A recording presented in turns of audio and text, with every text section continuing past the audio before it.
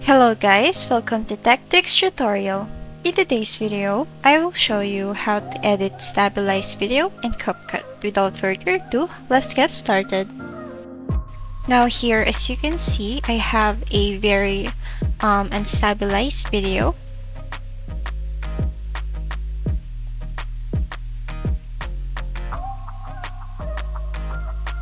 Now what we're going to do is to click our video and find the stabilize tool.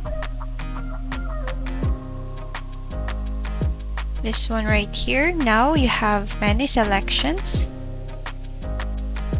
Now this is the minimal cropping.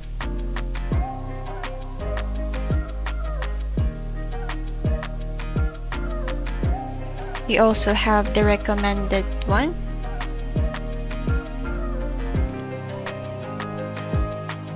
And for the best option, here is the most stable.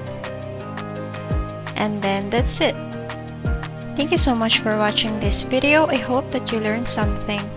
Don't forget to like, comment, share, and subscribe.